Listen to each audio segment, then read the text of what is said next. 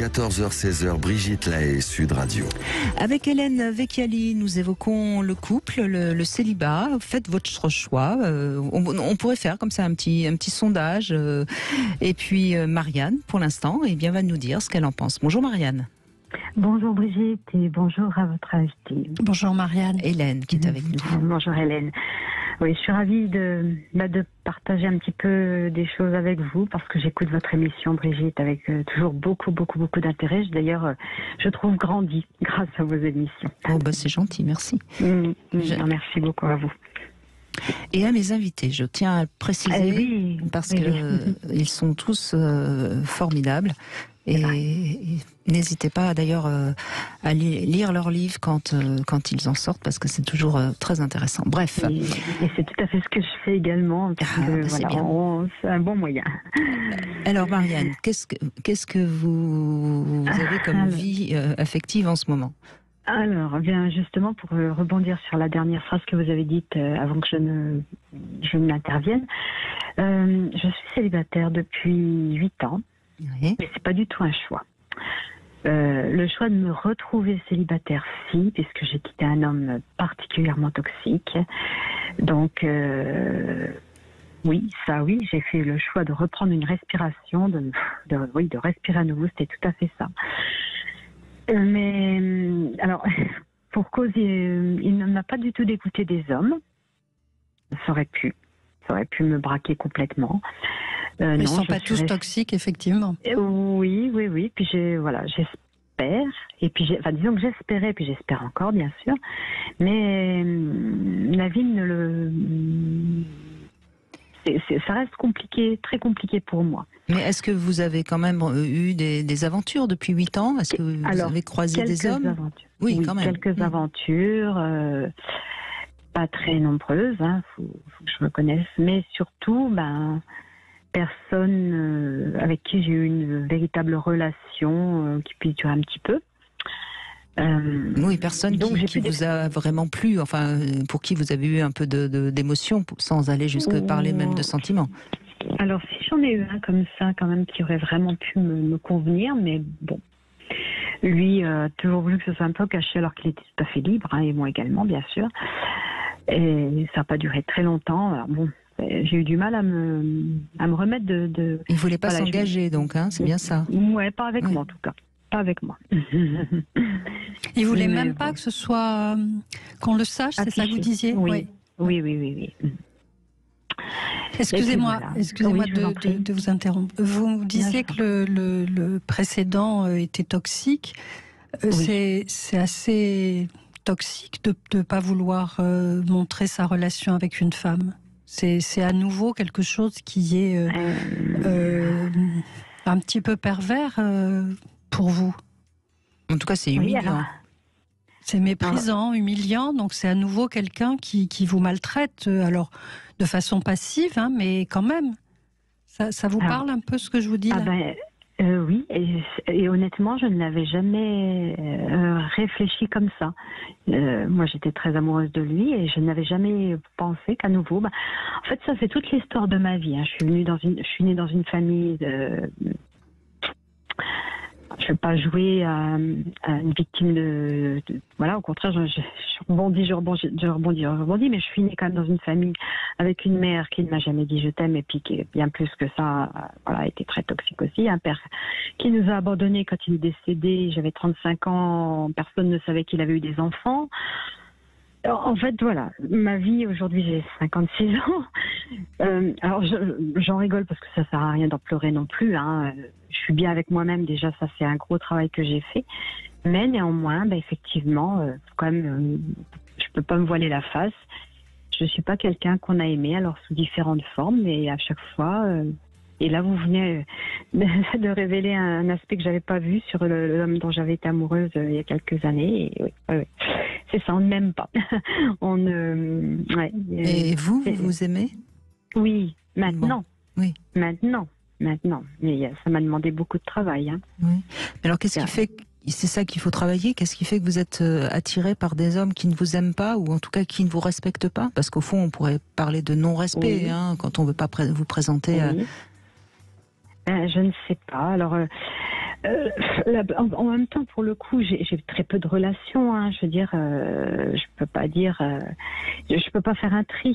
J'ai très très peu de relations avec des hommes. Hein, je veux dire. Et vous n'allez pas sur les sites J'ai essayé une fois. J'ai trouvé ça assez dégradant dans leur façon de s'exprimer. Voilà, j'étais dans une autre région à l'époque. Oui, c'est compliqué, hein, parce qu'il est certain que si on va sur des sites, il y a vraiment à prendre et à laisser, et il y a plus à laisser qu'à prendre. Hein. Donc je crois que c'est vraiment ce qu'il faut que les femmes entendent. Si vous allez sur un site, forcément, il y aura sur les 10 hommes, il y en aura un seul qui sera éventuellement apte à être rencontré. Et encore, c'est pas pour ça que ce sera le bon. Hein. Oui, et encore 1 sur 10, je vous trouve optimiste. Non, mais c'est important de le rappeler. Il y a beaucoup plus d'hommes. Alors il y a aussi des femmes qui sont pas intéressantes. Hein, c'est pas. Mais il y a beaucoup plus d'hommes qui sont là. Donc il faut avoir comment dirais-je, un peu de patience et puis savoir faire le tri en amont pour pas perdre du temps à rencontrer des gens qui n'ont aucun intérêt. Oui, c'est vrai que là, je suis dans une nouvelle région. Alors bon, avec la Covid et tout ça, c'est vrai que c'est sûr que ça n'aide pas, ça n'a pas aidé aux rencontres, ça c'est sûr. Mais oui, je me dis et puis peut-être Marianne, parce que vous m'avez l'air d'être quelqu'un qui a déjà bien avancé sur soi-même. Donc peut-être que vous pouvez aller sur des sites qui sont pas des sites de rencontres, mais des sites comme qui permettent de faire des sorties en groupe ou des choses comme ça. Et c'est aussi comme ça qu'on peut rencontrer des gens, se recréer du lien social justement.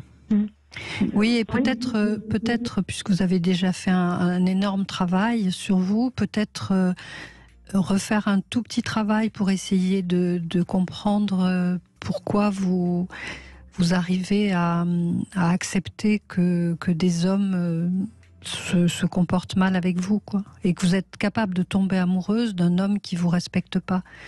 Donc il y a certainement encore un tout petit travail à faire, hein, qui est pas énorme, mais qui vous permettrait, maintenant que vous dites que vous vous aimez bien, et c'est la condition nécessaire pour une vraie rencontre, mais elle n'est pas suffisante.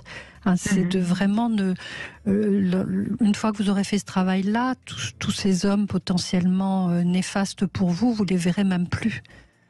Oui. Et vous serez même plus attiré, mais vous avez bien repéré que vous savez pas ce que c'est qu'être aimé, donc c'est difficile. Hein, c'est difficile quand on n'a pas connu ça de pouvoir tout d'un coup inventer un nouveau mode de relation. Vous connaissez le mode où l'autre est pas forcément très gentil avec vous, donc ça vous est familier et vous retombez dans le piège. Donc, faut sortir de là.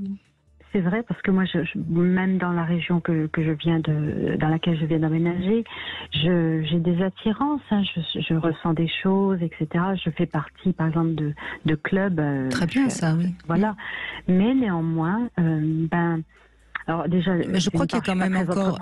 Non, je crois qu'il y a quand même encore une peur, ou en tout cas une réserve, qui fait que vous avez tellement l'impression que vous risquez d'aller au clash, ou que ça n'ira pas, qu'au fond vous n'osez pas vraiment y aller. Donc je pense qu'il faut être un petit peu plus entreprenante, il faut oser un petit peu plus.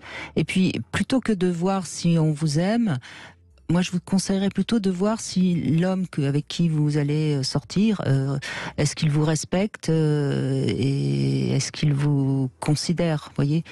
Parce qu'au fond, c'est ça. Si en face, on ne vous respecte pas, on vous considère pas, quelque part, ça finira de toute façon par une relation qui n'est pas bonne. Et alors, qu'est-ce que c'est qu'être respecté ? C'est si vous envoyez un SMS, c'est qu'on vous réponde dans les 24 heures, par exemple. Vous voyez, c'est des petites choses comme ça qui sont très, très a priori anodines, mais qui marquent tout de suite si la relation part sur des bases qui sont saines ou pas. Mais je peux me permettre de rebondir sur ce que vous venez de dire, Brigitte. Bien sûr, Marianne. L'année dernière, donc j'ai rencontré quelqu'un en venant de Paris, d'ailleurs, justement. Et voilà, je l'ai vu quelques fois. Voilà, on a eu une petite relation très, très éphémère parce que justement, je trouvais qu'il ne me respectait pas. Et c'était pas juste des pensées, voilà, c'était plutôt des faits concrets, comme vous venez de citer à l'instant. Et du coup, j'ai vraiment tout de suite mis un terme. Alors, il n'a pas apprécié. Et je me suis même dit, Marianne, t'es quand même un peu gonflée, tu te plains de ne voir personne, et puis quand t'as quelqu'un qui accepte de te fréquenter, tu mets un terme. Mais je voulais pas, je voulais plus à nouveau entrer dans un autre engrenage, et j'étais quand même malgré tout fière de moi. Ah oui, il y a de quoi. Oui, c'est très positif ça. Hein. C'est une étape initiatique pour vous, hein, de tout d'un coup dire stop. Oui, je veux plus de ce genre de relation. Oui, c'est très fort, oui. Oui, donc vous êtes sur la bonne voie. Maintenant, il faut peut-être aller un peu plus vers les autres, en confiance. Mais c'est pas facile quand on a évidemment un passif un peu lourd. Mais malheureusement, il faut y aller parce que si on n'y va pas, on ne peut pas rencontrer la bonne personne. Oui. C'est un point qu'il faudrait que je travaille comme vous venez de le dire précédemment. Oui. Vous êtes sur la bonne voie en tout cas, parce que vous avez bien analysé ce qui se passait, vous avez bien repéré les endroits où c'était compliqué pour vous, et puis malgré tout, dernièrement, vous avez su dire stop, donc je crois que tout est là. Hein. Oui. C'est vrai qu'intellectuellement, je suis capable de vraiment verbaliser les choses de moi à moi, ou même avec vous à l'instant, mais après, c'est dans les faits, aller vers les hommes reste quelque chose de compliqué pour vous, oui, on l'entend bien. Oui, vous avez été échaudée. Hein. Ce que vous pouvez faire, Marianne, c'est visualiser le soir avant de vous endormir. Moi, je pense beaucoup, je crois beaucoup à cette manière de pensée magique, peut-être, mais qui fonctionne bien. Visualiser le soir avant de vous endormir, dans les rencontres que vous avez fait dans la journée, que finalement, tel homme, vous avez été vers lui, ça s'est bien passé, et vous avez été au théâtre, au cinéma, ou je ne sais quoi, ensemble, et que ça a été une très belle soirée. Visualiser des choses comme ça va vous apprendre tout doucement à aller vers les autres dans votre imaginaire, et ensuite ce sera plus facile dans le concret. Merci Marianne. Merci. On va faire